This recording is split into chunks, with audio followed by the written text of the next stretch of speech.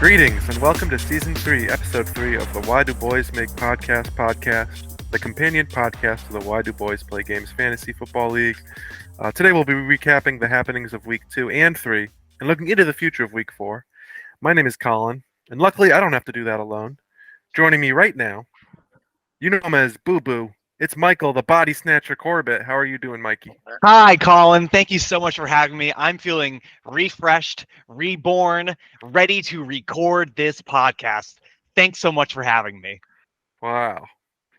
And we're super fortunate today to also be welcoming back the one and only Sean, the honeybee hatcher Fitzgerald. Sean, how are your humors this night? You know, despite being 0-3, feeling quite humorous, Colin, to the point where I thought you were going to call me Boo Boo.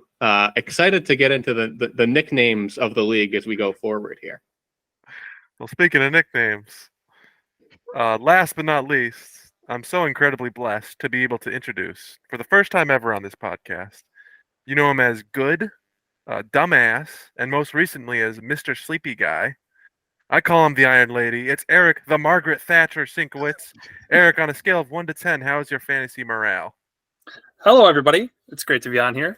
I would say my fantasy morale right now is a solid 9.5 out of 10. Not to damn get near ahead perfect. Of things, but Eric, you just hung up the first 200 burger of the year. Absolutely. So congratulations on that. Thank you. I appreciate it. So Eric, every time we have a guest on this show, we like to start off with a little interview, and those interviews always start with the same question. Eric, you have the most direct line to the inciting incident of this question, so we must ask, why do boys play games? So we've been trying to figure this out for years now. And I was able to reach out to the source and ask the question, why do boys play games? And I was able to get a response. And the response was, why would I ask that question if I didn't know in the first place? Ooh. Oh my God. What have we been doing? Unfortunately, we do not know to this day why boys play games. That's some like yoga master, like I feel like I just got a whole course in how to be a Taoist or something, that was some meditations. Yeah, it's gone back many a years, and we still can't figure it out, unfortunately. Eric, that's great. Thank you so much for that enlightening enlightenment. Whatever. The next question we have here on the docket is, first let me go back a little bit. Let's say I'm finally so happy to have you on this program. I've been dying to have you on this program since the wee days of season 1. What made you finally decide to come on?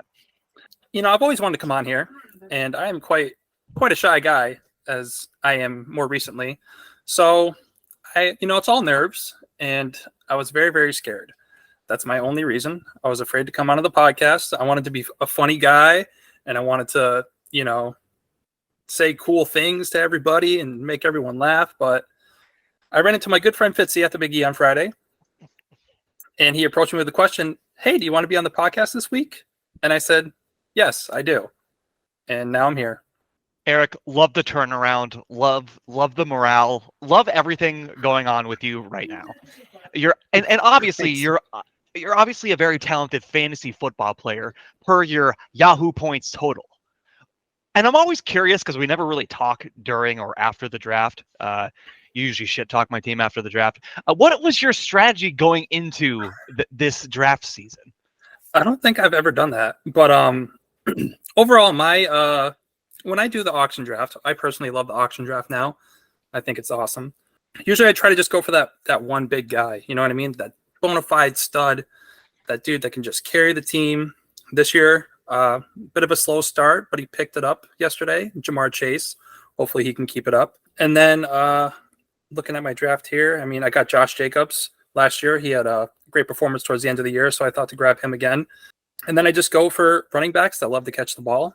I'm not a guy, as somebody would like to say, love running backs that catch the ball. I love wide receivers that get lots of targets. They don't always have to catch the ball a lot, but if they get lots of targets, they can maybe catch the ball a lot. And that's what I go to in my my fantasy drafts. I just look for lots of volume.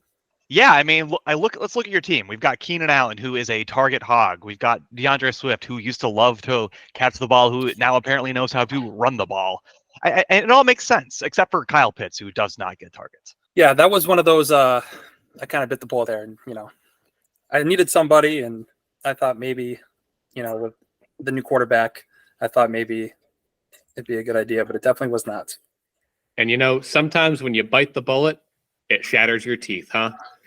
Eric, I'd like to ask you a real quick one here because Corby asked why you wanted to come on, and I'm going to maybe spoil a confidential bit of information you shared with me because you said that you had a bone to pick with a particular co-host here.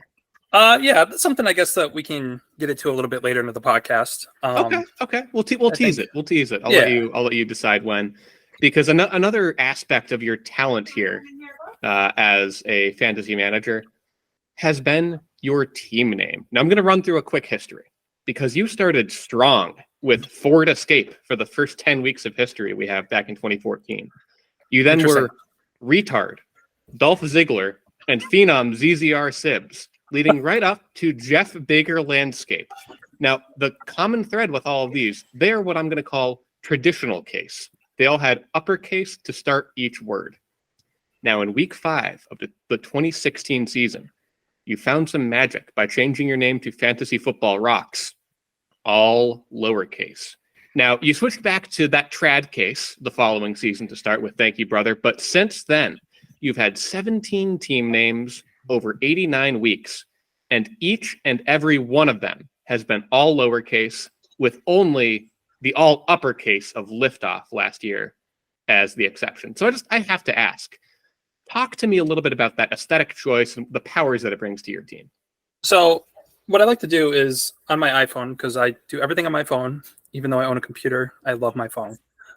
So when I look at fantasy on my phone, if I ever change my team name, I have a setting in my phone that it doesn't auto capitalize. Everything just stays lowercase. And I've had that since I can remember. I've gone through many phones over the years, but more recently I've been able to keep my phone for a few years now, and I just kept it that way, and I've never changed it. Oh, interesting. So it's more of just happens to be typed that way than a true choice. Interesting. Correct. I like that. Because I think a great aspect of fantasy team name, and especially the picture aspect, is if you could somehow convey low effort, then it increases the value sometimes. Corby, you had something here? I find it so interesting that you can't that you choose you choose not to hit the shift key on your keyboard, even though it is sitting right there. Can you go into a little bit more detail about that and as to why that would why you just choose to ignore it? I mean, unless I'm being formal and emailing like a professor or something, that shift key does not need to be used. Unless I'm typing in all caps, I'll use caps lock. Well, there you go. That's a very all or straightforward, nothing awesome for answer. Eric. It sure is. And I think that makes a lot of sense because you say unless you're being formal, I would certainly say that you have not had a formal team name. Some other standouts that really spoke to me: Big Poopy, Stinky Poo, Ass, Drew, yeah. One of my favorites, just for 1 week, Corby, lowercase. You lowercase Corby's name. It's the consistency and dedication is really admirable, I think. Well, I appreciate that. I put in lots of effort into my names, and I appreciate that you guys noticed that. And we so appreciate that you're here. And I'm just wondering, what would you rather be doing right now in this very moment? It is 8:07 p.m. I'd probably be in the shower right now, or maybe playing some Lies of P, new game that just came out. Interesting game. I'd be playing that maybe a little bit, but I'd say within the next hour, I'd be probably laying in bed and then going to sleep because I love going to bed early. Speaking of going to bed early and doing things other than doing this podcast, we're about to play a new game. Not a new game. A game. It's called Would You Rather. So we have 5 questions here, and we're going to go rapid fire. Would you rather rob banks or hijack trains? Well, if we were playing Red Dead Redemption, we'd be doing neither. But I would much rather hijack trains. Is this like a modern day question? Like what do trains have now? I guess they still have cargo, but it's not like they That's what when I saw that, I was very interested. I thought, Like, what are you doing with trains? I would much rather have cargo. You know what I mean? I think it's just more exciting to have a whole bunch of But then goods. you're on a track. Then like you're like, how do you get away? Like when you rob a bank, you have a getaway car, but like, Yeah, but you're on a train. You're like a fucking train, right? So you're going super oh fast. You're shit. super heavy. You Yeah. can just jump, and like maybe if you're on like a bridge, you can have a parachute. And you can jump off with your car Yeah. with all your cargo. You know what I mean? Yeah, it's like a GTA mission where you just like throw imaginary boxes off of the train, Okay. and then your friend catches them. Yeah, that'd be. You guys have got me planning my next hijacking of the Vermonter, the Amtrak train that runs from Hartford to Vermont. Now, Eric, next one here, because this is something we talk about before we hit record all the time. We've got Jets fans and Broncos fans hosting this thing, and I need a neutral advisor here. Would you rather have Zach Wilson or Kendall Hilton as the quarterback for your favorite team? To be honest with you, I don't think Zach Wilson should be playing. As a coworker actually said to me today, we were talking about the Patriots and Jets game, and he goes, "God, man, that Zach Wilson guy sucks, huh?" And I was like, "Yeah, he's not very good." And he goes, "He should be playing in that XFL or some shit or something, right?" And I said, "Sure." So I'm gonna go with Kendall Hilton. I agree. Kendall Hilton, Hall of Famer. Book it. Next question here. We've got: would you rather swim in a pool full of Nutella or a pool full of maple syrup? I'm gonna go with Nutella. Maple syrup just does not sound good. Doesn't sound like a good time. I don't know how you would like that. I don't think I would like either of them, but great answer regardless.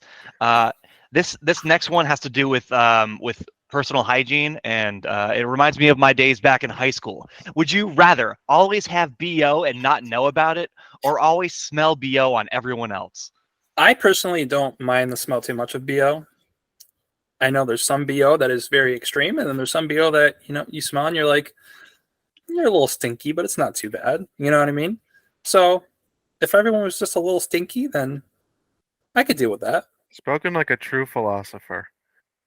Speaking of philosophy, I don't know. This is just like a random question. I don't know where it's just like coming from. But do you think you'd rather play Saints Row or Gears of War? I'm gonna say Gears of War.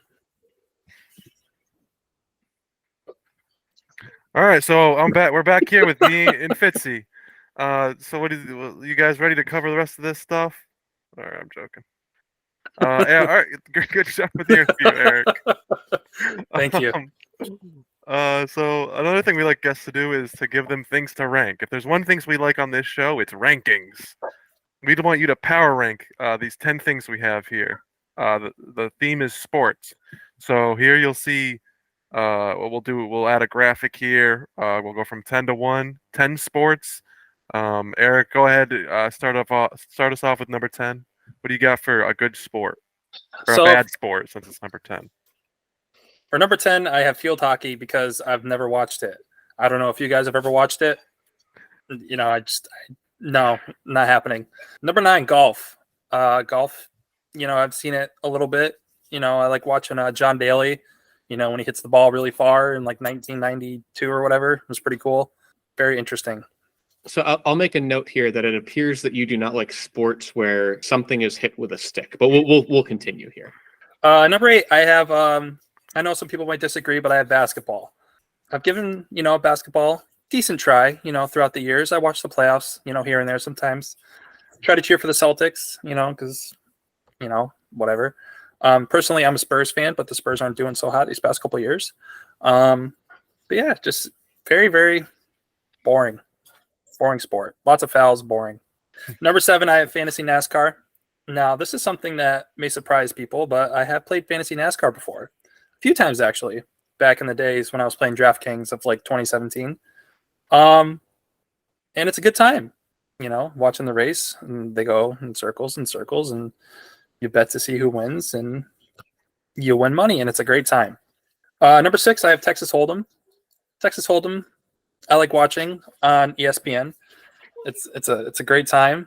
I like watching my favorite YouTube gambler, Ryan DePaulo. He's a Texas Hold'em player. He has a great personality, and he vlogs himself playing poker tournaments, and it's a great time. Love that guy.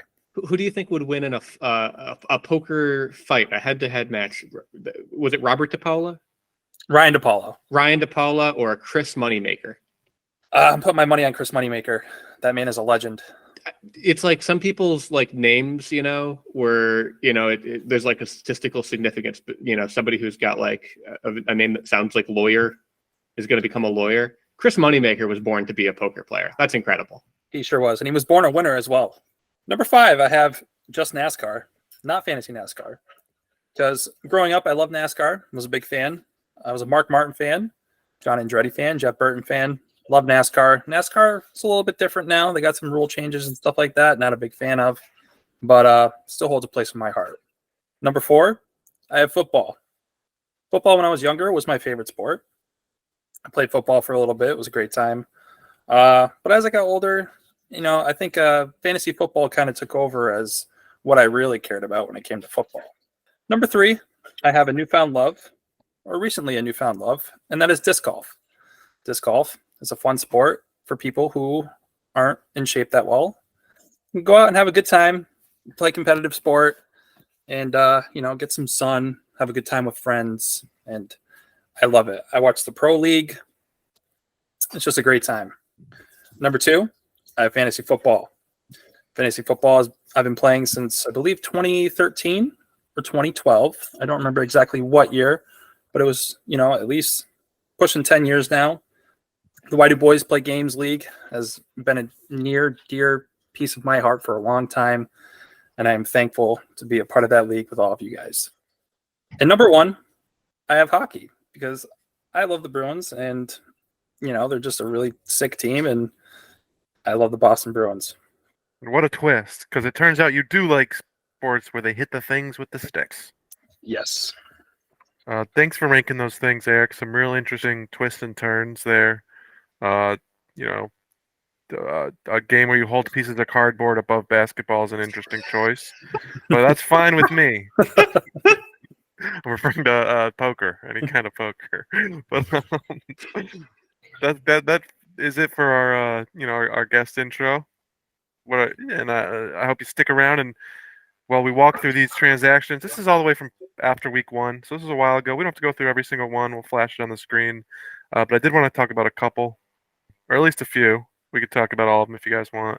I want to start off with Zach Wilson for $43 to Mike, which kind of pairs with Josh Kelly for $27 to Mike.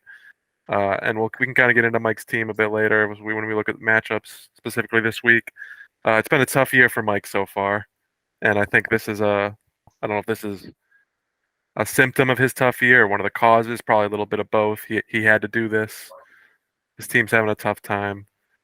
So that's a bit of a loser there. A winner is Puka Nacua, I think, for 51. He went Chris, I believe that's Chris Patnode, right? Dobbins Revenge. Yes. He went a little above and beyond anybody else, 10 plus the next. But what a revelation this guy has been, huh? Same goes for Adam. 52 for Kyron, great pickup. Dude plays every single snap. He's what I thought Cam Akers was going to be, which was, an every down, every snap player, because that's what he was last year, after week 10 or whatever. So that's sad.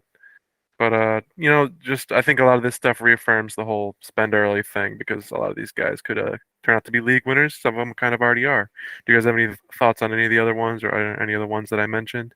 You guys sad you missed out on Puka? I'm sad. Are you guys sad? Definitely sad missing out on Puka. Yeah. Thought for some reason I thought 37 was enough. I'm just happy that somebody did a little bit more than Adam and really paid up. I love it. Yeah. Not that I have anything against Adam. I think Adam's got a great team for sure. But love when someone spends big money week 1. It's a lot of fun. You probably like Puka, right, Eric? He's a target guy. I'm sorry to interrupt, Fitzy. I love Puka so far. I think he's a beast, and I think $51 is a steal. Really is a steal. Yeah. My biggest regret is after week 1, going to bed after recording our podcast instead of doing waivers, because I wouldn't have gotten Puka, I wouldn't have gotten Kyron, but I would have gotten Tutu Atwell. And that's a guy who I would actually love to have on my team. I'm a Tutu truther, right? Yeah. Yeah, you played in the Discord league and you kicked my butt, so well done. I was disappointed because you said that you were going to bid on Zach Wilson just so you could be in the screenshot, and I don't see you in the screenshot anywhere. So I went to bed. You went to bed. I was real tired. Yeah, so it was a very active week one. Rest in peace, Justice Hill. I don't know. I guess he's coming back. Maybe He'll play. be back. He's fine. I know, but $30, it's kind of a bummer to do. But Gus Edwards, something happened to him, I guess. So I don't know. We'll see. I'm gonna flash way forward on this, but I just want to know: do you guys think that Trevor Siemian is gonna get picked up tonight? We're of course recording this on a Tuesday. Right. Getting signed by the Jets. I'm gonna say no. I mean, we Mhm. have other. Or is there anyone besides Jameis who? Is that it? That could Jameis be is the only one. Yeah. All right. Well, I don't think so. I mean, There's a non-zero chance that Mike picks him up. it would have to be Mike, I think. Yeah. I would agree with that. All right. So I guess we'll talk about it a little later, or when we talk about possible waiver guys this week. It's and same as Fitzy, I'll spoil it a bit. To me, it's a very unexciting week for waivers. So get in there early. So let's look at week 2 real quick. First up, we had Tyler versus Colin. I took the win. Me and the coin had me. Corby and Fitzy picked Tyler. Fitzy, you had Tyler as your lock of the week, so no thanks. Corby versus Chris Cloud. Nope. Chris Colby, not Corby. Chris Colby versus Chris Cloud in the inaugural Chris Bowl. Chris Cloud wins. What a great year he's been having. I picked Chris Colby. Fitzy and the coin picked Chris Cloud. Corby picked Chris Cloud as lock of the week, so high IQ move. Third, we have Chris P versus Taylor. Chris P wins, and we all picked Taylor, so just goes to show you that some things never change, and one of those things is Taylor. When you pick Taylor, you're bound to lose. This is one of those weeks where I don't know what was going on, or I don't remember even who played, but it's so shocking to see that we all picked Taylor and he lost. I don't know. There's something odd about that. Yeah, I think we all were a little down on Chris's team. But I don't know. It's he went. I think he went through all those injuries week 1. He had the Dobbins and stuff, but he pulled through. So good for him. Fitzy versus Brandy. Brandy took the win. Me, Corby, and Fitzy took Brandy. The coin had Fitzy. Eric versus Corby. Eric won. Me and the coin picked Eric. We were on your side. Eric hit the launch button here, and he won. Fitzy and Corby picked Corby. So I don't remember this matchup. Do you guys remember anything about it? A blurb or two? I got you guys wrecked. were both here. I was very wrong on Eric's team. I said Eric's team sucked. I was very wrong. Eric's team is great. I was wrong. I thought Keenan Allen would be done because he's old. I was very wrong about that. Deshaun Watson is a rapist. He's playing well. That's great for you, I guess. You don't need Derek Carr because you've got CJ Stroud. That guy's awesome. Eric definitely beat my ass on this one. Yeah, I mean, Keenan Allen is the #1 scoring player in our league right now. And if I'm honest, I wanted to pick Eric, but I was sucking up to Corby because he was on the podcast. Won't be happening this week. Yeah, I had Eric third in my power rankings. I've always liked his team. He talked about I know you've only had him for 2 years, but when I think of Eric, I always think of Josh Jacobs. Even though last year's probably the first year you had him. And one thing I wanted to say is I just thought it was funny that I think me and Fitzy were unanimous, and that was our least favorite draft pick of last year after the post draft show. We were both like, "Well, that pick sucks. You could have got him for the same price as James Conner." I think we said Damian Harris for the record. But Oh, good Lord. Yeah. Josh Jacobs finished RB2 or 3 on the year, so great pick. Amazing. Great pick, Eric. And you had Ramondre, so you had a great stable running backs, but you just couldn't get the push at the end there. That's all right. Adam versus Mike. Adam took the win here. Corby picked Adam. I picked Adam as my lock of the week. This was we knew Mike was gonna have a tough time, but the coin and Fitzy picked him anyway. That was it for week 2. So that was it for week 2. We'll go over the standings at the end of week 3 recap. Quick post week 2 transactions.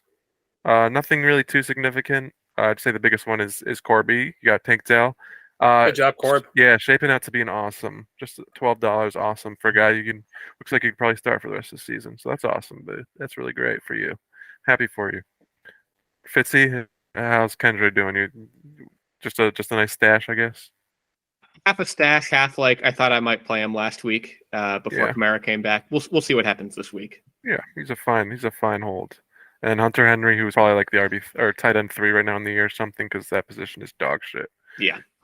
Well, Brandy got boomed last week by Hunter Henry. I think he had 3 points last Yeah, week. he finally had a bad week, but like I'm sure he's still like top 3, top 4 because So it's just I have a story about this waiver go claim. for it. So I woke up that morning afterwards. Where was that? That was last week. I think where the hell? I don't know. Whatever. It was either on vacation or getting ready for vacation, and I woke up that morning and I looked up. I was like, there's no way that anyone put like more than $5 on Hunter Henry. I was like, this is a lock. This guy's mine. And then I woke up and I saw it was Brandy, and I said, why did you put $7 on Hunter Henry? And she said, because I wanted him. And it was a riff for a moment, but everything's water under the bridge. I'm happy I didn't waste my $5. Yeah, it's always tough. Especially it's tough when you lose in a close one. It's even tougher when you guys are in the same household. Things got to be tense there. But in the long term, I think he'll be a great asset. So let's look at week 3. We can talk about week 3, these matchups. First up, we got Tyler versus Mike. Tyler takes the win. He's having a good year. He's got to be in the top in points. He's right up there. Yeah, he's having a great year. He's 2-1. Corby, you picked Tyler as your lock of the week. Actually, we all picked Tyler. Even the coin picked Tyler. Mike's team is struggling. I'll say that. Corby, what do you think of this matchup? No, struggling is definitely the word that I would use. My poor friend Mike only scores 85 points in the week, and it gets boomed by he starts Adam Troutman. I can't. I mean, there has to be a better tight end out there, Mike. Like I picked up Jake Ferguson and I got 9 points from him. You have to be thinking that there's somebody better than Adam fucking Troutman. That's my hang up here is that Adam Troutman is in the starting lineup. Fitzy, what do you got? Okay, so let me. There's a lot to say about Mike's team, so I'm going to start with Tyler instead. He has the highest scoring players in fantasy that aren't on the Chargers or the Dolphins. That's Justin Jefferson and QB2, Kirk Cousins. He's also got Bijan Robinson. But the names I'm about to list are Tyler's 4th through 8th highest scoring players on the year. You ready? Marvin Mims, Jordan Addison, Josh Dobbs, and tight end 2, Sam Laporta. Of these 4 players, Tyler has only started Jordan Addison, which is to say, this team, I guess, has some depth that nobody saw coming, even if that means hard decisions about who to start every week. Now, Mike. Oh, Mike. Like I said, there's so much to say about this team. In the last episode, I teased this and it came true. Mike now has no idea whether he should start Desmond Ridder or Zach Wilson every week. Yes, the difference this week came down to just a single passing yard, but this brings his running total to 12.92. Oops, I picked the wrong guy. Points through 2 weeks. And I'll be keeping an eye on this gap as it inevitably gets wider and wider until, Trevor ends up being on his team in week 7 or something like that. I actually think that Mike he's doing something here that's a little bit fishy. I think he's fishing for a shout out on the podcast for starting the slipperiest merman in football. I don't understand the Troutman decision there. Eric, any thoughts on his team at all here? I feel bad for my friend Mike. Obviously, he's struggling. But, I mean, at the same time, he went all in on the Jets offense, and you just can't do that. Sorry, Mike. You're paying for it now, buddy. And $27 for Joshua Kelly. Okay, on paper, $27 for 2.7 points. I think it made sense in hindsight. No, He absolutely. Looked great Yes. week 1. He Right? had a great game. It was like, let's go. Mike's all in. He's getting a decent deal For multiple weeks. and he got fucked over by him. That sucks. Of course, yeah. And we can say that for everything. Like Garrett Wilson, I don't know what Mike got him for, but I think it was like probably right around 40. Like I'm sure it was fine. Like it's just like coming out of. I think I had this team ranked really low. I think it was either 12 or 11. But I mean, there was a path there. A big reason for that was because his tight end was Greg Dulcich. That's why I think he's trotting out Adam Troutman, is because he's like, oh, he drafted the Denver's second string tight end. He'll grab the starter instead. I think that's why he's trotting him out. But yeah, it's just I don't want to say there's not a path here to like a Fitzy resurgence. But it's just tough with the quarterback play. I don't know what's going to happen. Because he's got great receivers, or at least Garrett Wilson's a great talent, and then Lamb and Smith are good. James Conner has been a revelation this year. So there's some, but like, do you trade these guys for pieces? Like, because you don't want to be starting like Trey Burks and Kelly every week. It's just such a tough spot to be in. Fitzy, when you were started in this hole, because I know you're 0-3 too, and we'll get into that, but you're not really in a bad spot. You're just having bad luck. But Mike's in a bad spot. Like, do you have any advice for him? Just stick it out. Listen, 0-3, whether you've scored 200 or 500 points for on your team, 0-3 is not a good spot to be in, no matter how good your team is. My advice really is, Mike, is just don't be afraid to really shake things up. Your whole bench had less than 10 points, not like total, but like per player. Look for just a lottery ticket. Do the thing where you're not afraid to drop someone and pick up the backup running back, whoever it is, Sunday night, and then do the same thing on Monday night. Just cycle through players until, even if it doesn't work for those players, it'll at least energize the rest of your team when they see, oh, like that bad player can get cut. I better play good. We should do that to Zach Wilson. Yeah, that's all I really got from Mike there. Colin, is it all right if I intro the next matchup here? Go for it. Cool. So we have Taylor taking on Chris Cloud. All the humans were on Chris Cloud. The coin flipped its way to picking the wrong side with Taylor. And this is such an interesting matchup. I'm going to start with Taylor's side.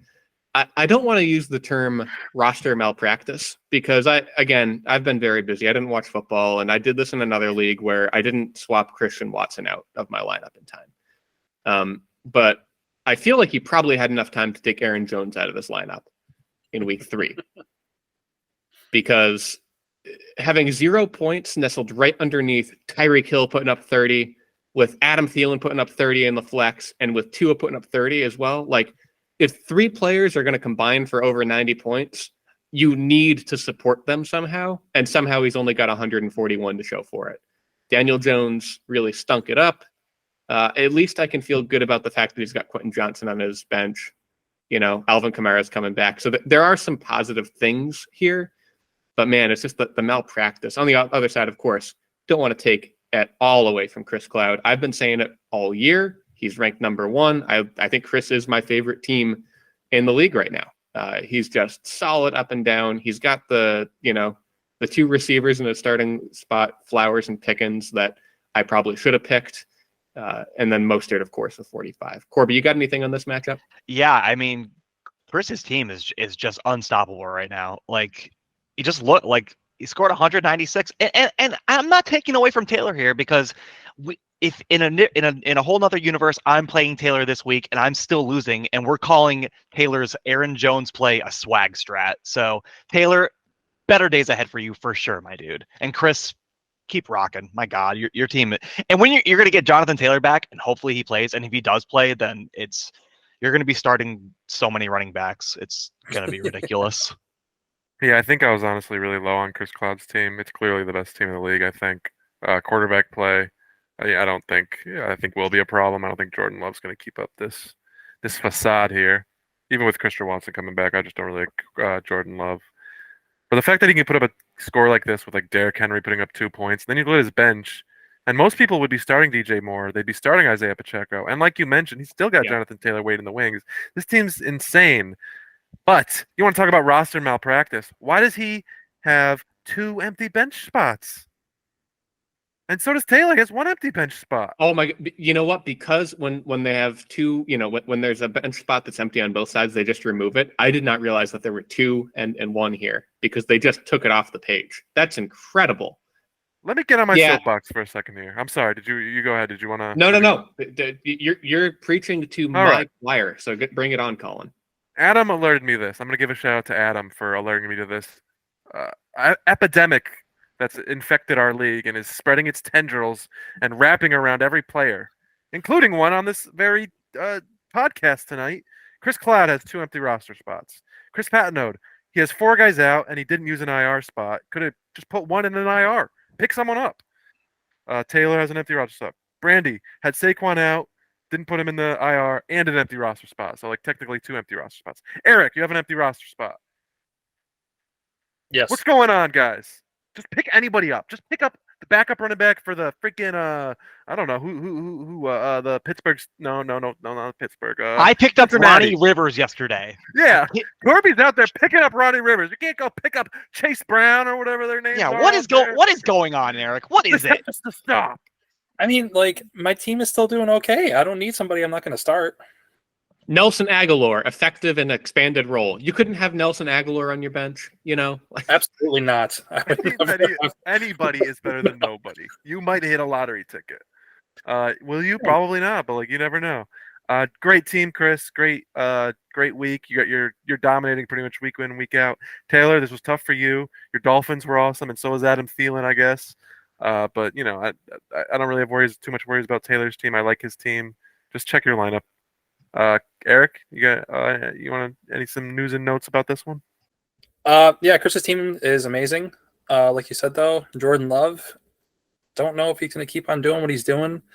Just seems kind of although he does look good when I watch him play, but we'll see. And then Chris's running back tandem is absolutely unreal. I don't know how he did that, but he did. And he has Devontae Adams. It's game over. It really is.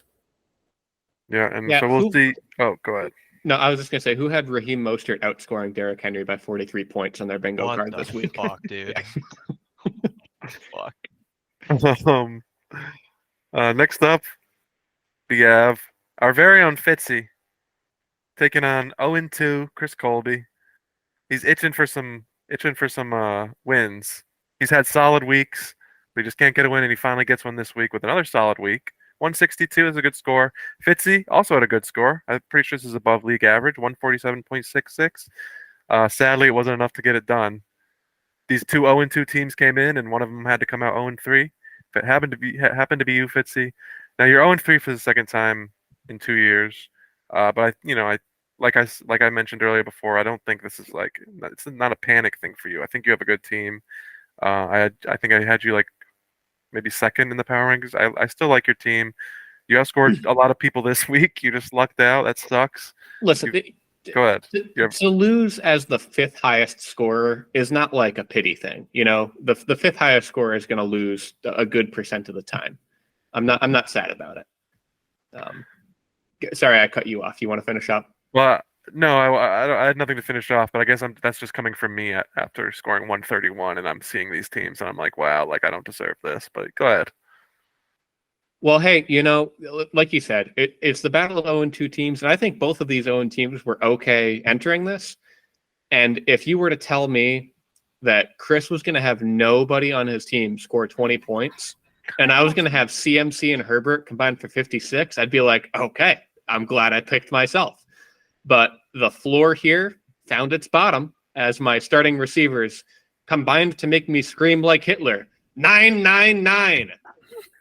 Chris, you're looking like the chill Belichick right now, as your guys just did their jobs, top to bottom. It's a heartwarming win for you because now you get to tell yourself, whether or not this is true, that this is your new floor. Because all it takes is one of your guys going off, and all of a sudden you're scoring 180, 190. Dare I say 200 burger? So, Chris, it's got to feel really good for you to get up off the mat and set yourself up to level it out at 2-2 this week.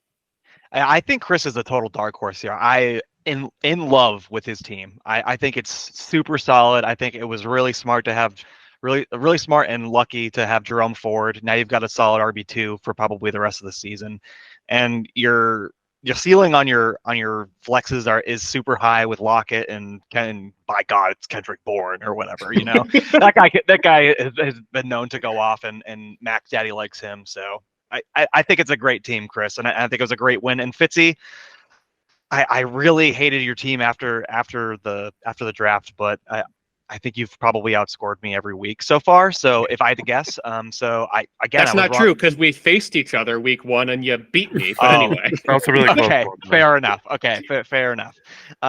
Yeah, I think better days are ahead for you, and this may seem like maybe this is a product of you winning from a few years ago. Because I remember I asked you a few years ago, if you were to lose for the next couple of years, would it have been worth it? Because you won the fantasy championship, and you said absolutely.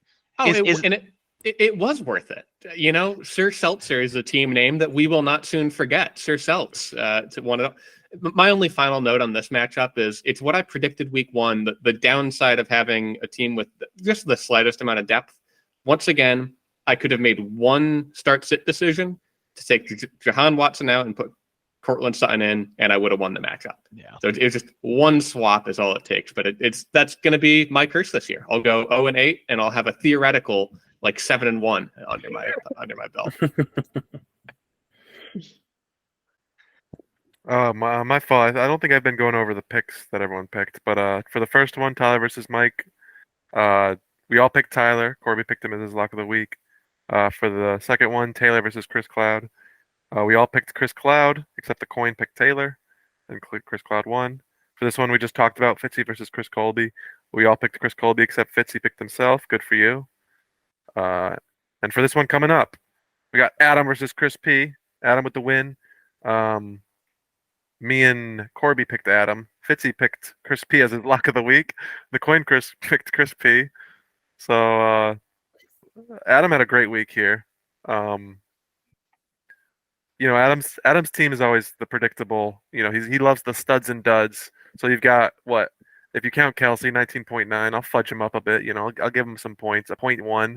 We'll say we got 6 players above 20, and then nobody else is in the double digits besides Jarek McKinnon with his fluky 2 touchdowns.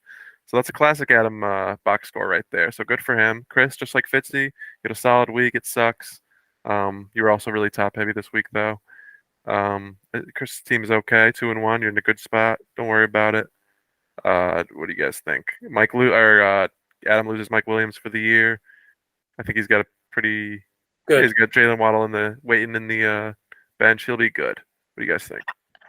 I'm thinking that Adam's gonna have to change his name from first to last to from last to first, if you know what I'm saying. We all laughed at his 0 RB strategy after the draft, and we were joking and having a great old time. But I mean, he's proven us wrong. He's a very strong manager, and look at his stack. He's got Pat Mahomes and Travis Kelce. There's no surprise. This does not surprise me. Yeah, that's about, and it doesn't surprise me that Chris scores above league average and gets 144, and just unfortunately goes against Adam, who has the better week. Yeah, I mean, this is my second week in a row picking against Adam, and I think I'm done with that bit. Unironically, he's just so top heavy, but that top is so good that seeing, those 4 players at the top, all right around 25, it's awesome. Zach Moss is out there looking like his cousin Randy, the way he's mossing linebackers on his way to touchdowns. That's awesome. And on the flip side, you're right that Chris had a similar week to me. My note here is that my top 3 players combined for just over 50% of my points.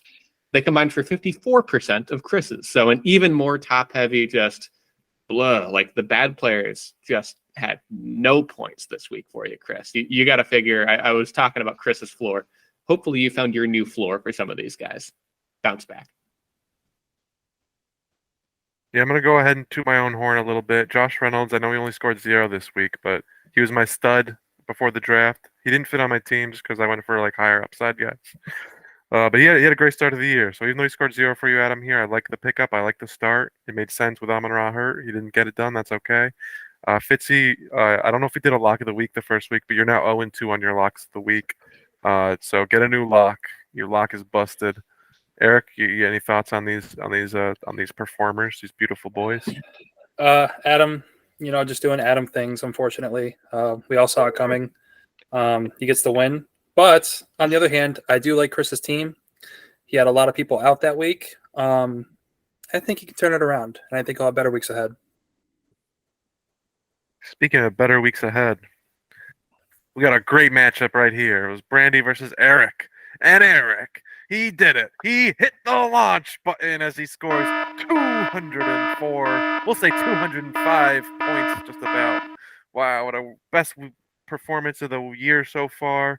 Me and the coin picked Eric. Fitzy and Corby picked Brandy. Eric, I believed in you. I knew I feel like I've usually been on your side these past couple of years because he's got the guts to start Nico Collins. 5.4 points. No, Keenan Allen's awesome. I love Keenan Allen. He's a dude who I had ranked really high before the draft. I didn't get him. That's one of my regrets is there was a lot of these guys who I was too like. Same thing with Swift.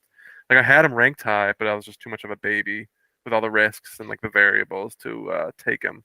But you had the cojones, Eric, and now you're getting the the reward for it. So great week, Eric. Go ahead, take your victory lap. What do you got to say? I'm happy with my team's performance this week. Even with Derek Carr being hurt, I'm happy to have CJ Stroud on the bench, and I think I'm going to be starting him for the near future. Very happy with that. I was also worried about DeAndre Swift, especially week 1, where he had I think he had 2 reception yards or something and 1 carry. So glad he's turning it around. Hopefully Josh Jacobs can do the same. Keenan Allen, just an absolute monster. Jamar Chase coming back. I'm happy with my team, and I think I'm going to win the league. I love it. A bold statement from a bold manager. Not to take away from you, Eric. You had an awesome week. Your defense absolutely went bananas against Sam Howell. Sam Howell at the moon. I feel terrible for Brandy here. Brandy had to start Ryan Tannehill once again, and I mean that is about to change, thankfully. So I feel like we're only going up here at this point for Brandy. I still think Brandy's team is very solid. I think once everyone gets healthy and we get some consistency across who is on the bench and whatnot, I think there is a path forward for sure. Okay, so I totally agree, and obviously I agree because I picked Brandy. I wouldn't have done that, without thinking her team's good. This was not a pick against Eric. Eric, first of all, congrats. A 200 burger is awesome. You've got my favorite flavor of 200 burger, where it's just like your defense scores 34 points. That's your second highest scoring player. I love the variation, the variability there. When you can just put up that many points, it's not going to decide the matchup because you won by almost 100, but just having that there is really fun. My note here for why I shouldn't have picked Brandy is because, Eric, you are now 5-0 all time against Brandy, including a win in the playoffs.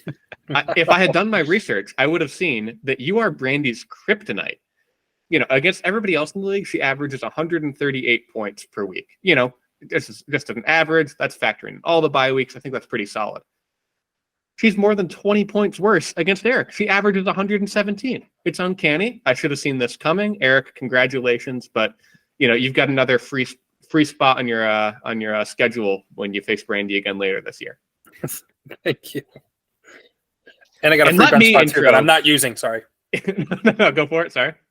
No, I said, and I have a free bench spot that I will not be using for the entire year. Wow, just to spite us. It's a swag strap. It's a swag strap. Keep that bench space open for the trophy. Yeah. There we go.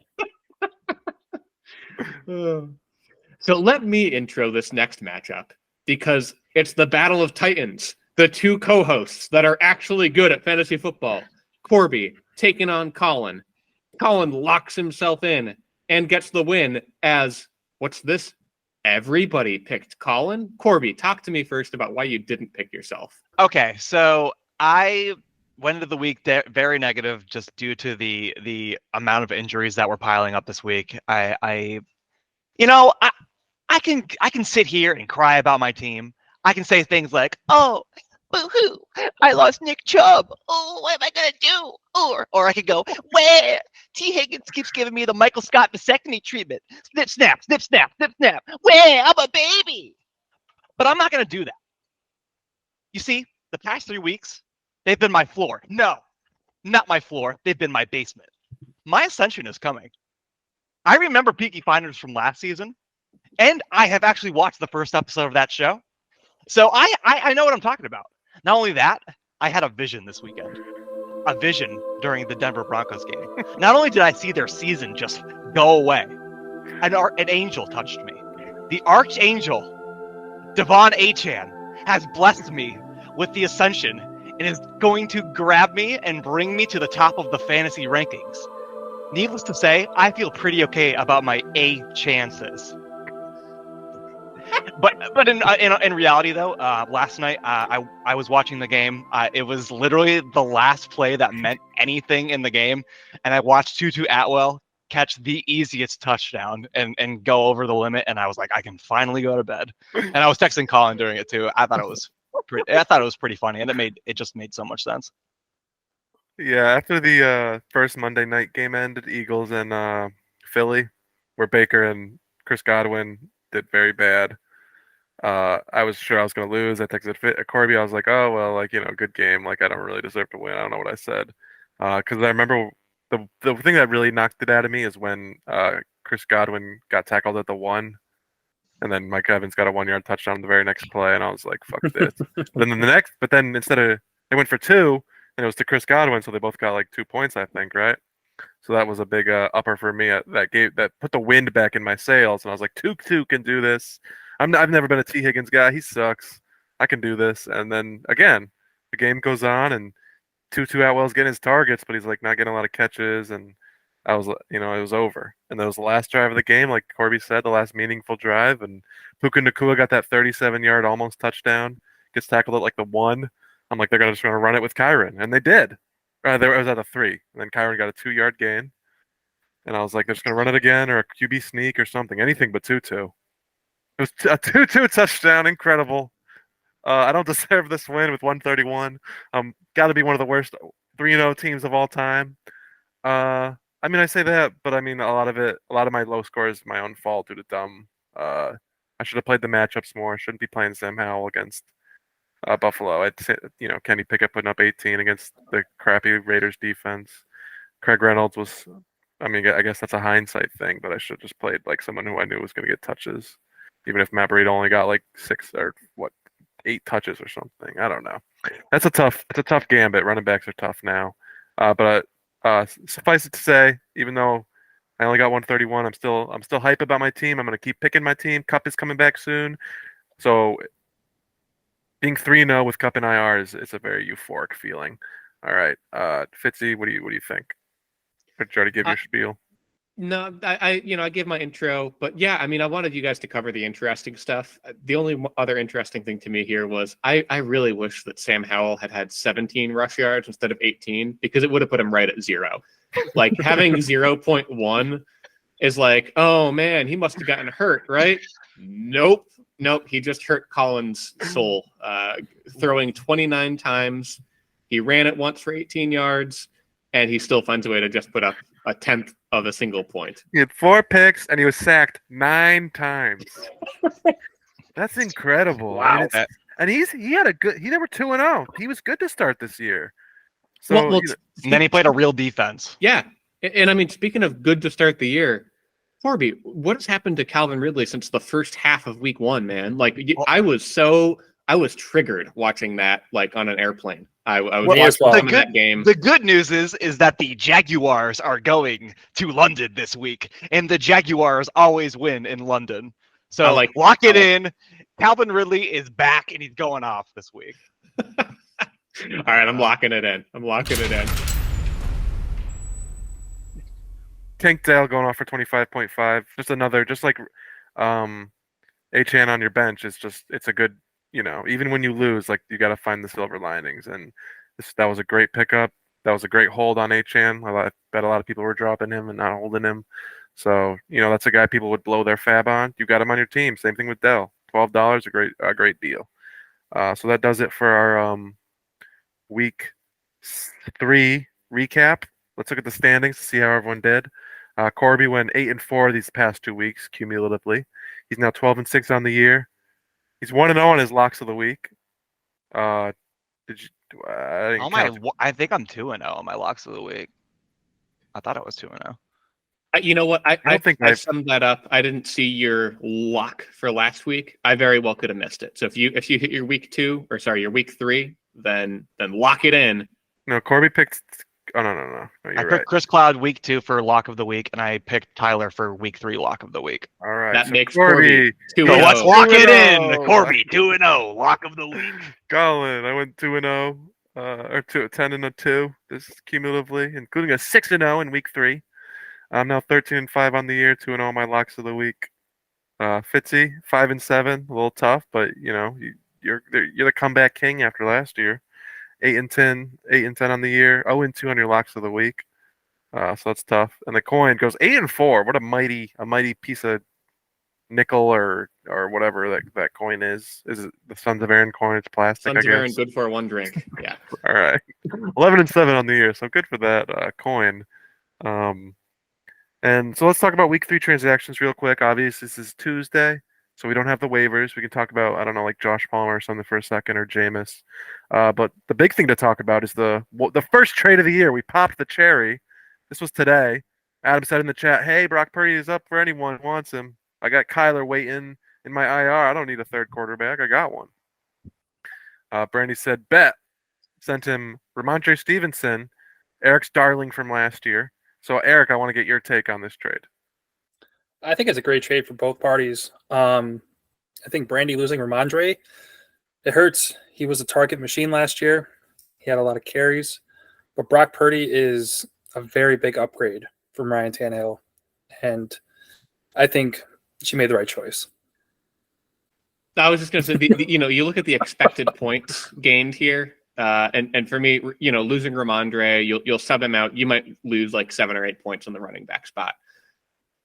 But being able to replace Ryan Tannehill, you've gained 20. So it's a net benefit for Brandy. Easy choice. And same for Adam. He doesn't need a third quarterback. He's got 2 he's going to start every week. You'll take a loss during a bye week. He's got a good start to the year. He can afford to make this type of decision. So I think, I totally agree. I think this is an awesome trade. I think it's very, very right down the middle. Totally love it for both parties. I think that Ryan Tannehill is borderline unrosterable, even in 2 QB leagues. I can't believe him. I just can't. Yeah, hopefully they get Malik Willis in there soon, because that'll be fun. This is just another way to remind you, like, when draft day comes, like, spend up on those quarterbacks, as long as it's not like Justin Fields or Joe Burrow. I think it'll be tough for Brandy in the short term. It'll be tough for Brandy in the short term because I don't think Barkley's playing this week. We'll see. I don't know. Everyone's talking like he might, but I don't know. So lost Stevenson and Barkley. It's gonna be tough against me this week. We'll see. Let's talk just for a second about possible transactions this week. Are you guys going to be putting on a couple $dollars on Josh Palmer? I don't know. Quentin Johnston's already on, as we talked about. Mike Williams is out for the year. New wide receiver 2 on the Chargers, stepping up. Do you guys need the depth? What's the 4-1-1 on Joshua Palmer? He did me really well last year for a couple of weeks. He was my namesake, the Algernon Trav Palmer, as we'll all remember that one that we all really, really loved, especially Eric. It was a good one. I think he's worth it. Will I be taking him? No. I'm going to let that memory of Josh Palmer live in the past. It's my memory of Josh Palmer that is my reason for not picking him up, if I'm honest. It's not that I don't think he's good, but I'd have to drop a guy like Tank Bigsby, who, he's not good either, but I'm not dropping him. Kendre Miller is borderline the drop decision for Josh Palmer, but I'll live on the Kendre Miller side of that border for another week. So yeah, not doing it. Not gonna do it. Yeah. Eric, you got an empty roster spot. Here you go. Yeah, unfortunately, I'd have to drop somebody to pick him up, so I will not be doing that. Other names, I don't know. Luke Musgrave, if you need a tight end. Josh Downs had a good week. I don't know. It's not a great week for waivers this week. So maybe hold your money for a bit. Excited to see who pays for Jameis Winston. Oh, I forgot about that one. Yes, Jameis Winston's out there if you need a quarterback. We'll see. You'll already know by the time you hear this, listeners, but he's out there. Speaking of out there, let's see what name changes are out there. We'll start with me. I used to be Life's a Godwin Digs It. Eric, what did you think about that name? You're a big Joe Dirt guy.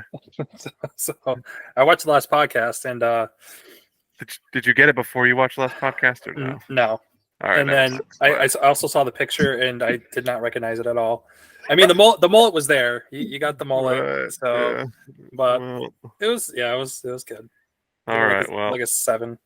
yeah. Thanks for the sympathy rating. I switched it to something much more accessible. I got Christian Kirk. I got Tutu Atwell. Now it's Kirk's of being Atwell Flower. All right, that's got to be an 8.5 at least. Corby and Fitzy, give me your takes. Give me a 9, baby. I love it. I think it's awesome.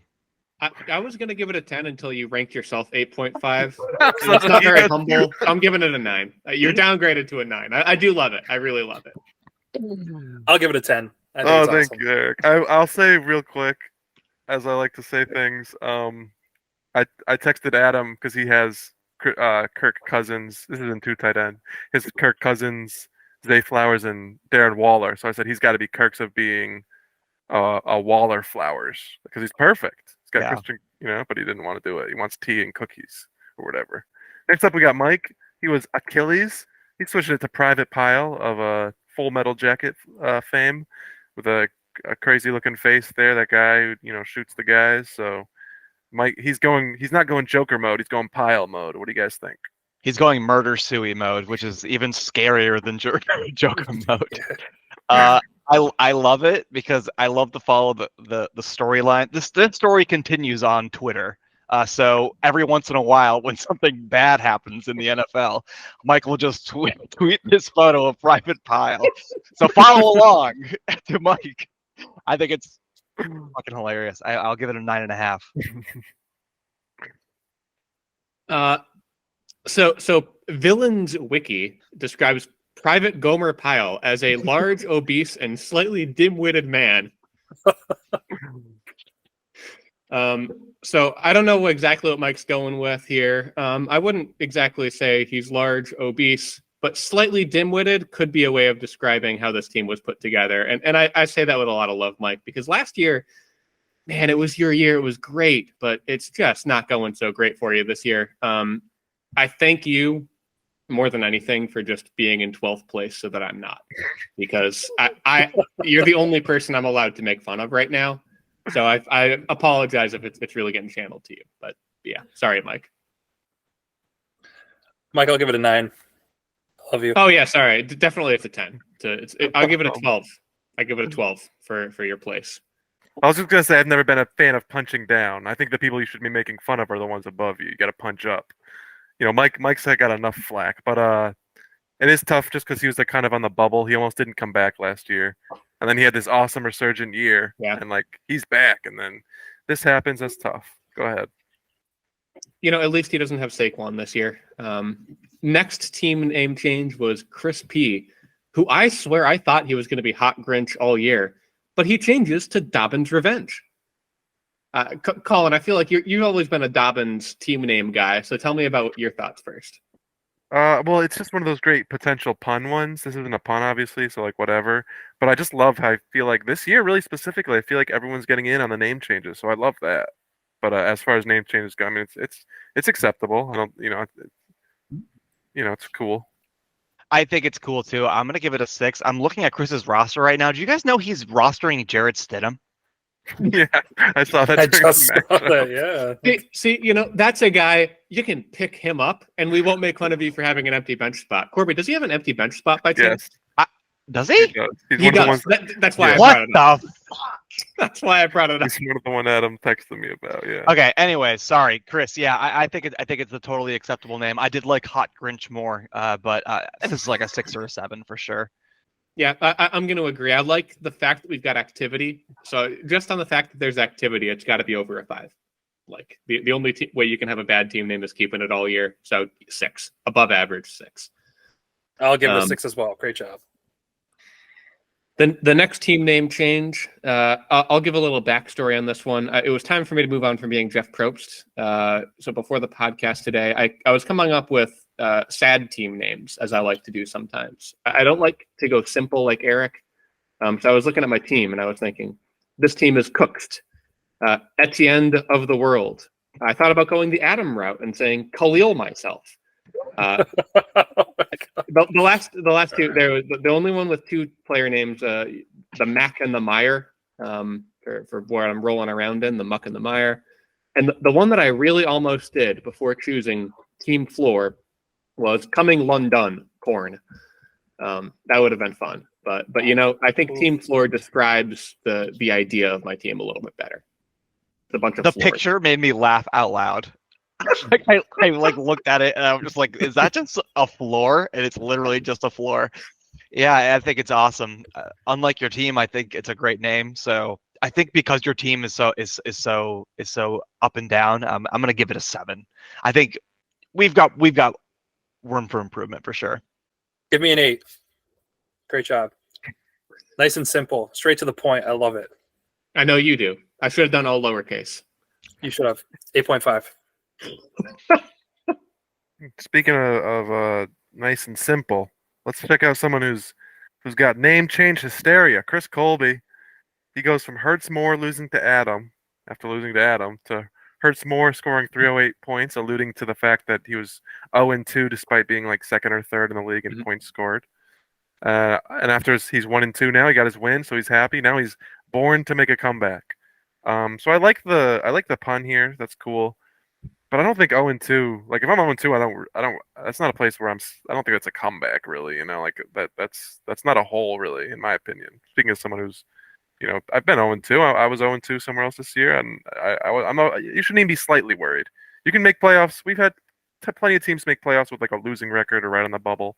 0-2 is nothing. So I give it I'll hit the ratings a bit for that one, but I like the born pun.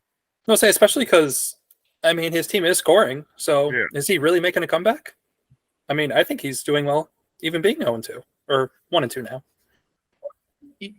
I'll just give him some credit. He may actually be referring to the matchup itself, where he won by 15 points after entering Monday night down by 9 to me. Oh. So it was one of these technically a comebacks. He was projected to have like an 82% chance of winning entering Monday. I had like just Tyler Higbee against his Mike Evans and I don't know, someone else good. I don't remember, So it was technically a comeback. So it could be Chris, if that was the intention. Yeah, a double entendre in both of these. Just to close it out, I'll give it an 8. Corby? Yeah, thanks for alluding to that, Fitzy, because I definitely didn't get that either, and I appreciate it. I'm gonna give it an 8 as well. It would be a 10 if he had spelled comeback CUMBACK. So, Chris, let's get a little dirty in here. You know what I'm saying? Corby likes cum. I love cum. Give me a 9. Cum. Our next name change, or not name change, but Adam changed his picture. He's still first to last, with lots of X's. His favorite letter of the alphabet. He loves Elon Musk. Adam changed his team image to Taylor Swift. He's got Travis Kelce on his team. Make the connection yourself. Do you guys want to talk about some celeb gossip real quick? Do you think Travis Kelce had a great game because she was out there? He got 69 yards. I say that. To that, I say nice.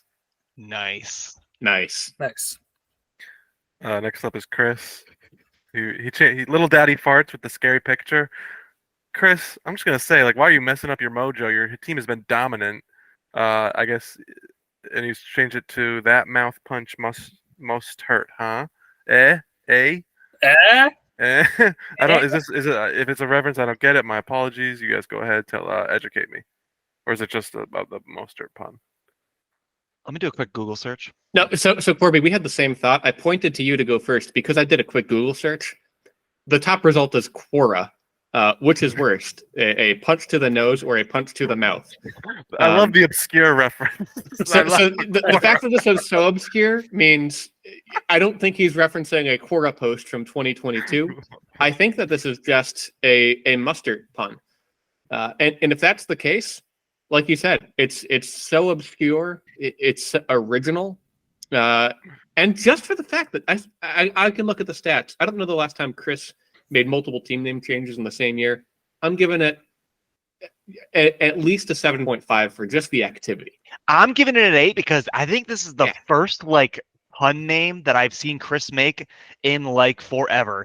Fitzy, you can vet me on that, but I can't remember the last time I saw a pun name from Chris Cloud. I'm surprised you guys aren't digging him for the mojo messing. Oh, listen, his team's too good. Yeah, it's impervious. It's literally impervious. Oh, good for him. It is a great team. Let me just run through. I can read all of Chris's team names here real quick, because he's typically a one team name per year person. 2014, the Golden Grundles. 2015, Mac DeMarco Murray's. So there was a pun in there. Okay. And he goes real heavy in 2016. The Good Footballman, the Madden Curse, Nimble Men, Nimble Rich Men, which he stuck with for a little while there. The Boise Builders. I have no recollection of the Boise Builders. He became Atom Killer for just 1 week. The Gangnam Stylers, Tom Brady's Hand, and the Dedicated Whams. He was on the Massholes and Seth MacFarlane. So this is, I'm looking back at this, his first mid-season team name change. Yeah, since 2018. So, Wow. so happy to have you back on the bandwagon here, Chris. Speaking I'm of up a 9 to bandwagon, an 8. speaking of bandwagons, I changed my name from the Gambler to Devon Intervention. My photo, you will see it on the screen right now.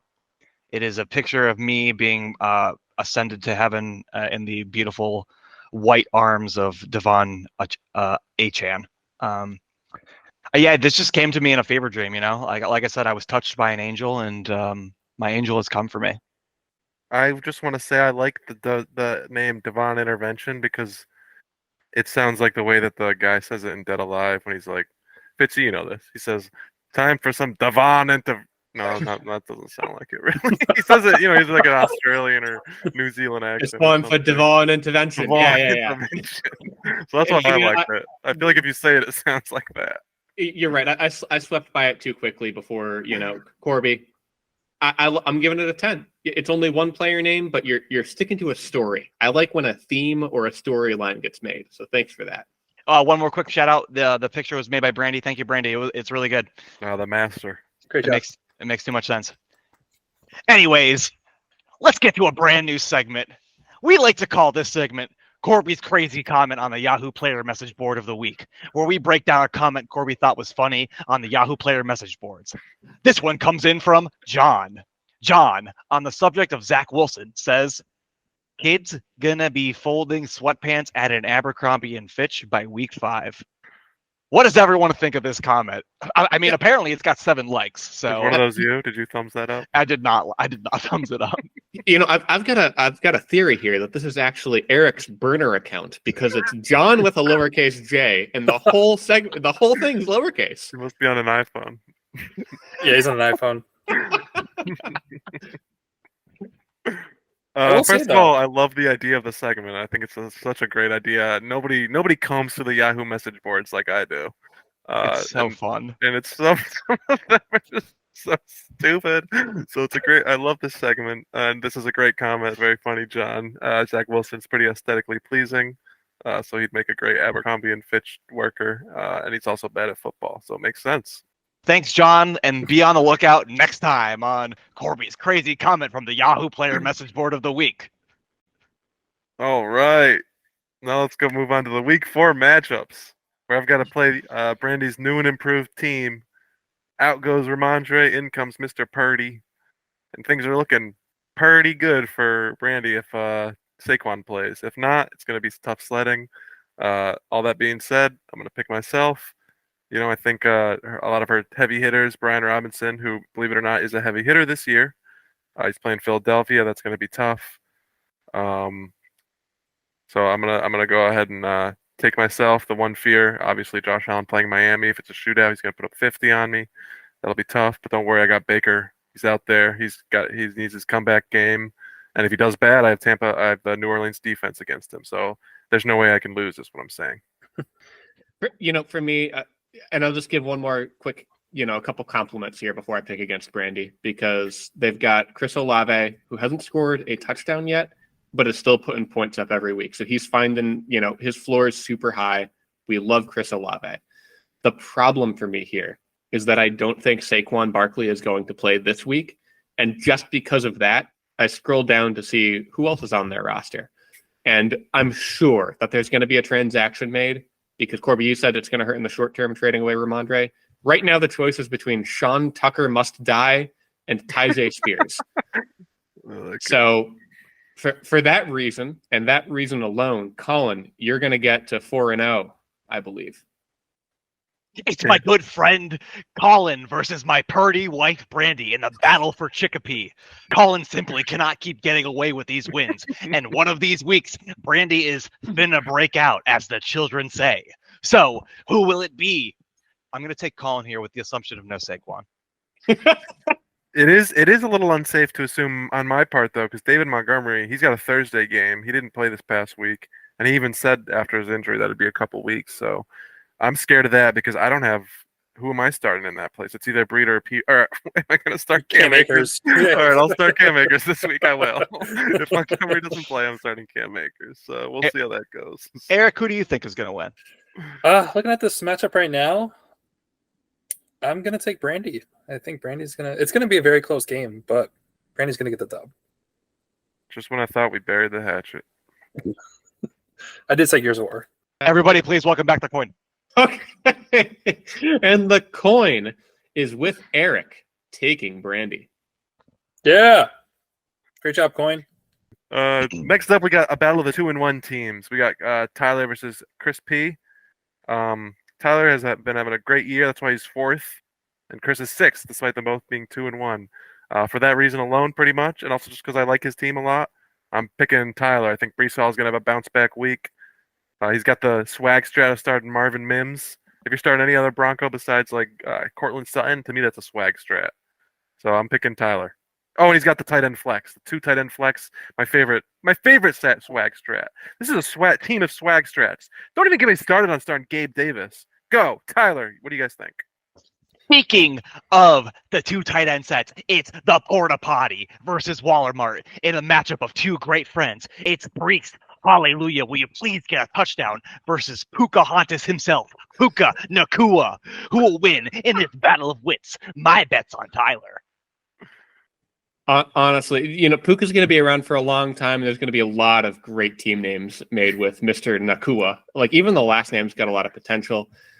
Now, Chris, I just with the lack of how do I put this? Jared Stidham's on your team is what I'm trying to say. So I'm gonna pick Tyler. We're gonna keep it simple. Yeah, Tyler's team makes me hot, makes me hot and horny. I think Tyler's team is super duper awesome. I love you, Tyler. You're gonna win. It's gonna be no problem for you. Love you. Which puts the coin on Chris P. Island alone this week. Next up, we got Chris Colby versus Eric. Eric's coming hot off the 200 burger. He's 2-1. He's in 3rd place, and he's hungry for more. Chris is trying to make a comeback. He's trying to get back in that top half of the league, back in the playoff race. Eric's team, to me, is awesome. He's got 2 glaring holes that I really don't like, and that's Kyle Pitts, who I'm very low on, and I'm surprised people aren't. And, this might be some recency bias, but are you going to start Damian Pierce over Nico Collins, Eric? Honestly, I really don't know what I want to do. Nico Collins really, even though I scored 200 points last week, I was still very, very upset with his 5 points. Right. But he's coming off 2 games, 11 targets, 9 targets. It was a bit of a blowout. They didn't need him. They were like, let's let Dell get some run. But that was an Nico game. But Damian Pierce, he got a touchdown, so it's my boy now. Anyway, I'm picking Eric as my lock of the week.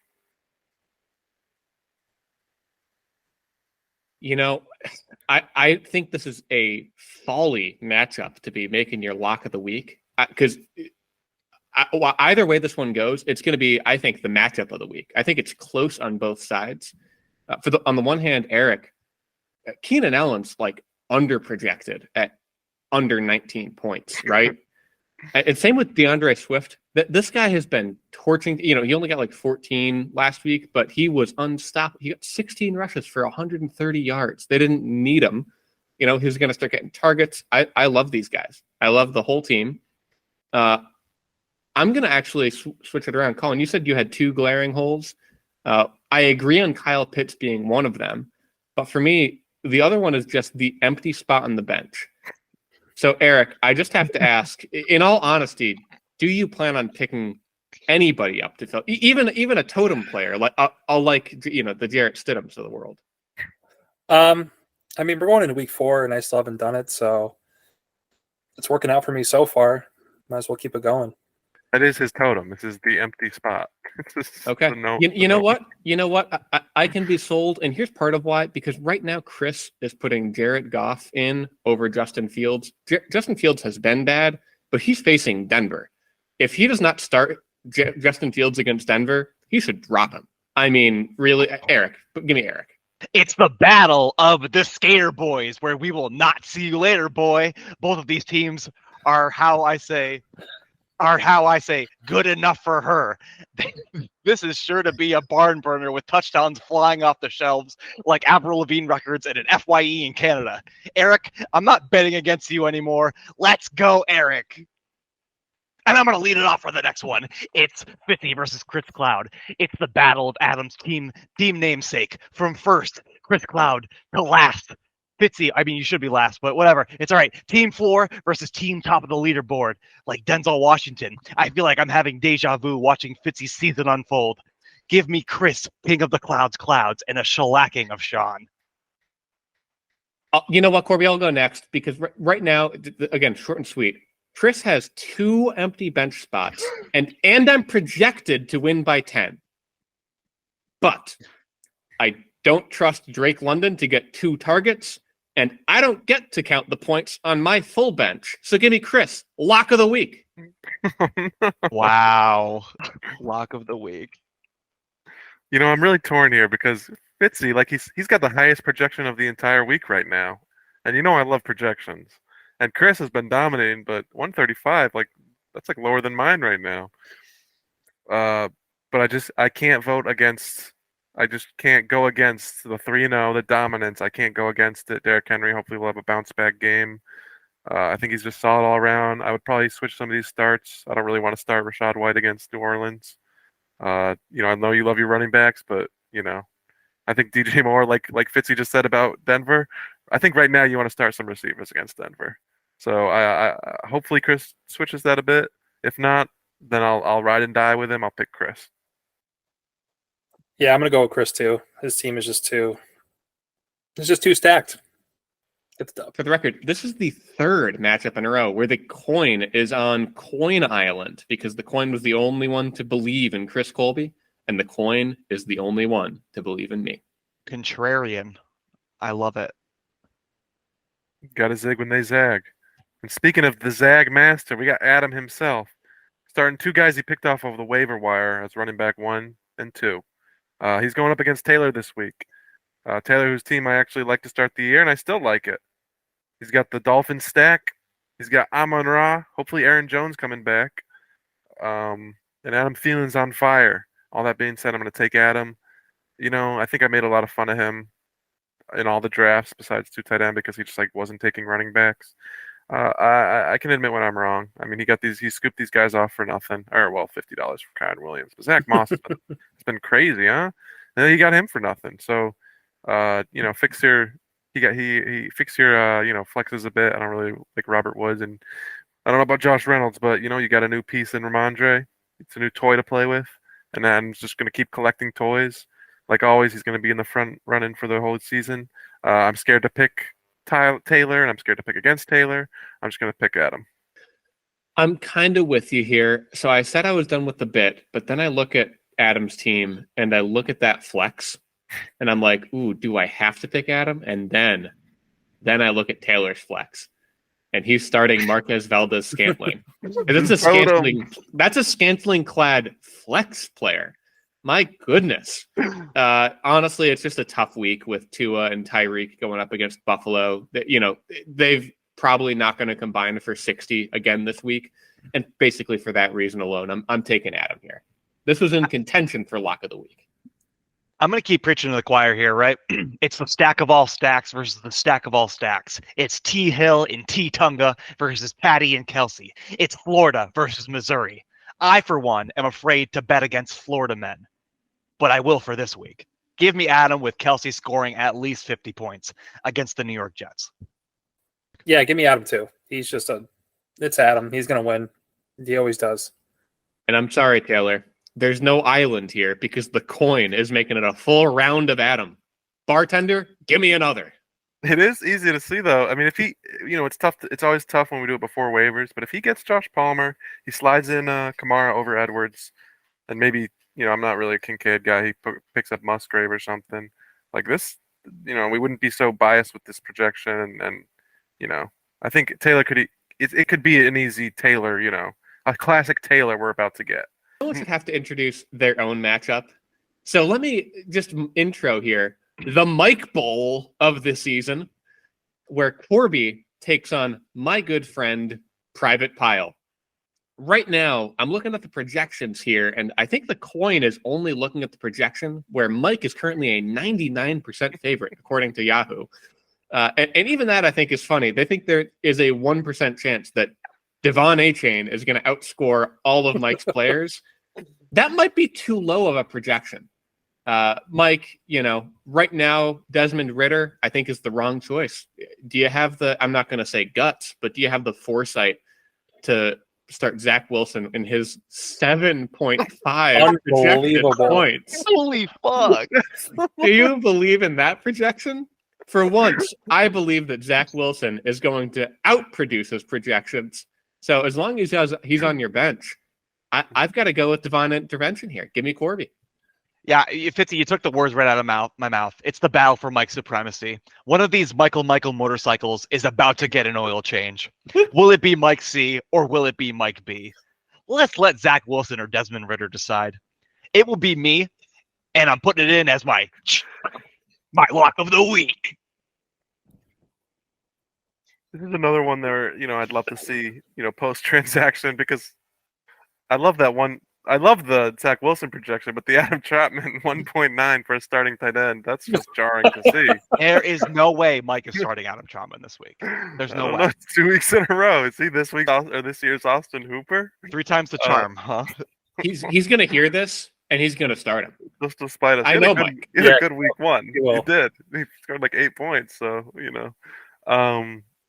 again, just like Taylor, I could see a path to victory if he does get Josh Palmer, get, Traylon Burks out of there. But, I just played Corby. It was a tight matchup where we both underperformed. And that was, like Corby said, that was his basement. I'd hate to see him at his floor, let alone this could be a ceiling game. The Devon A-Chan, coming out experience. So he's coming, all right. Yeah, he's coming. He's got a big cup of cum ready to pour all over Mike's team. I'm picking Corby. Mike, I love you, man, but this ain't it, Give me Corby. Lots of cum coming your way, buddy. The coin is forming an archipelago because the coin is taking Mike. Do you guys think there's an issue here where, excluding Eric, but the 3 of the hosts, we all picked the exact same for every matchup? Did we really? I think there's collusion going on here. And in fact, I was going to bring this stat up during Bets of the Week. We'll save it there, Colin. Okay. Speaking of Bets of the Week, that was the Week 4 recap. And now it's time for everyone's favorite segment, Bets of the Week. And we'll start off talking about a bet from last episode. Fitzy and Corby played each other Week 1. Corby came out on top. So they had a little rematch in Week 2. Who's going to score the most points, even though they weren't playing each other? Fitzy, just like Week 1, well, Corby won Week 1, but it was a really close match. This was another close one. Fitzy edged out Corby by 8 points, 123 to 128. So what a stinker. Yeah, 2 toilet bowls in a row a bit. So good for you guys. Good for Fitzy. At least you got to win somewhere. You guys want to bring anything to the table this week? Anyone got a lot of bets? Let me read my first bet, because this was the only bet that I wrote down my full intro for. I did really, really poorly in the first 3 weeks of the season in my picks of the week, but the law of averages isn't a law. I'm going to enforce it anyways. This is a bet for, quote, anyone who wants it. I bet that my pick'em record will be better than yours this week. I said, for anyone, Eric, you're the only one who picked something different from me. Do you want to have a straight up bet that I'm going to have a better record than you? Absolutely. Sounds good. Let's lock it in. What we just bet on, everybody, was that I think Colin's going to beat Brandy. That's the only spot where anybody disagreed. Was Eric picked Brandy. For the rest of it, we sat here in a box of 4 agreeing with each other. Fitzy, you brought up a a good point here about Zach Wilson's projection. Was it 7.5 points? You said 7.55. so. I kind of like that line, but I think I'd like a few more points. What do you think on the over under of like 11.5? Hey, make it 10.9 and I'll take over. 10.9? Okay, I'll do 10.9. Wow. I'll take the under. Good for you, Fitzy. Taking your guy. He's not my That's a good guy. one. He's I'm your wearing a Tim quarterback. Tebow jersey because anything would be better than this. I'd like to make a bet with anyone who would take it. I felt like this was a crazy week, the Dolphins game, and Keenan Allen putting up 50 or whatever. There were a lot of crazy stuff going on this week, and it felt especially high scoring. I don't think this week's going to be like that. I don't think we're going to get a single 200 burger. Not that 200 burgers are that common, but we're not in bye weeks, so right now is the ripest time. There's the fewest injuries, at the beginning of the year, no bye weeks. Now is when they should be most, common. Does anyone think there will be one or no? I feel like if there is one, it's going to be Corby. But right now it's hard to project it because, I like to see the projections, and right now it's 11.2. So for that reason, I'm going to say no. I would like to do a bet. Oh, So Oh, I was just looking at Kirk Cousins' numbers, and would anyone like to bet over under Kirk Cousins 320 yards? Oh, man, I got to take the under on a number that big, playing right? Panthers, aren't they? Is that right or no? Playing the Panthers. oh God. Yeah, I would take the under. I don't think they're going to need to throw so much, especially since they're going to want to try out their new toy, Cam Akers. Cam Okay. Akers. So you're doing a little 2v1 bet? Yes. Yeah. Oh wow, cool. All right. Good for you. Eric, I've got a quick one for you as an esteemed guest here. Yes. Because when you look at the two of our teams in, you already knew I was going to say it, adjusted ranking, we are back to back in terms of average finish. You average barely making the playoffs at 5.7. I average barely making the playoffs at 5.4. So we're real close. However, all time, you have a winning 11-6 record against my squad when we face each other head up. So I want to make this a little closer to even. A straight up, who's going to have more points this week bet, a la Corby serving it up to me. I think I'm going to have more than you this week. Sounds like a deal to me. I will take that. Lock it in. Does anyone else have any other bets? I want to do one. I'm trying to work it out. I want to do one. I need to get back on the Sam Howell train. So I want to do a bet involving Sam Howell. Eric, I think Sam Howell is going to outscore both of your quarterbacks this week. You got Deshaun Watson and C.J. Stroud. Sam Howell, they're going to be playing Philadelphia. A pretty vaunted defense. They just kind of shut down Baker. But they got torn apart in the first couple weeks. So I think that he can get it done. Do you believe in your guys?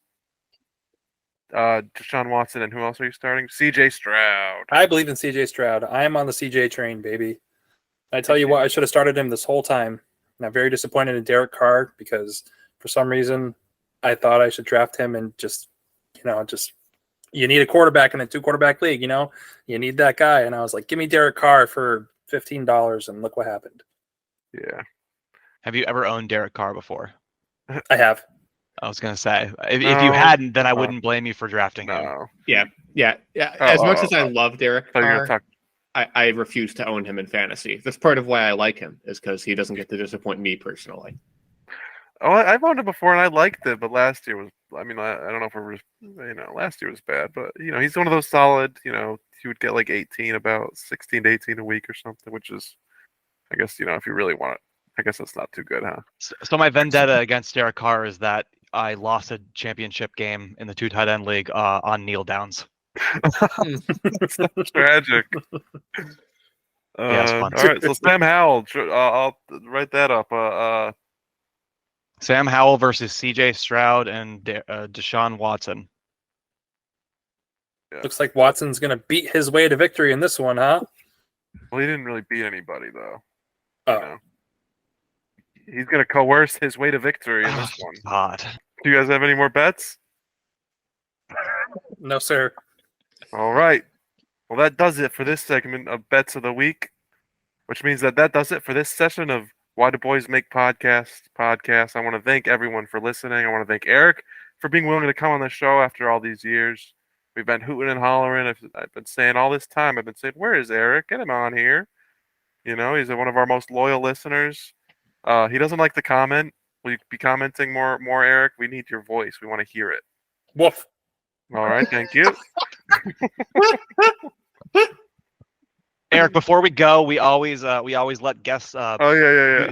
do shout outs or plugs. Eric, do you have any shout outs or plugs that you would like to give on this awesome platform that 4 people listen to? I'd like to give a shout out to my dog Dozer. He's very handsome. I'd also like to give a shout out to Tyler. I think his team is very hot. That's about it, guys. Thank you for having me. All right, well, then great plug, Eric, if that's everything. I just want to remind all of our loyal listeners and all our new listeners, I know you're out there, you stumbled upon this video and you're like, what the fuck is this? I want you to, even if you click off this video, if you just happen to skip to the end real quick, go ahead and hit that like button, ring the bell, ding, ding, ding. Subscribe, leave a comment. Let's get this video in the algorithm. I'm gonna be shooting for 1,000 views in this video. Shoot for the moon, and even if you miss, you'll land among the stars. That's what I used to say in my elementary school health classroom. So do that for me. And I'm Colin. I'm Fitzy. And gamers, game on.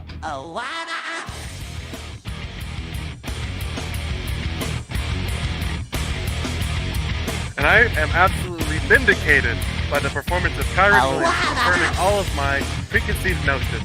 Because the whole reason I like Cam Akers is everything that Kyron Williams is doing right now.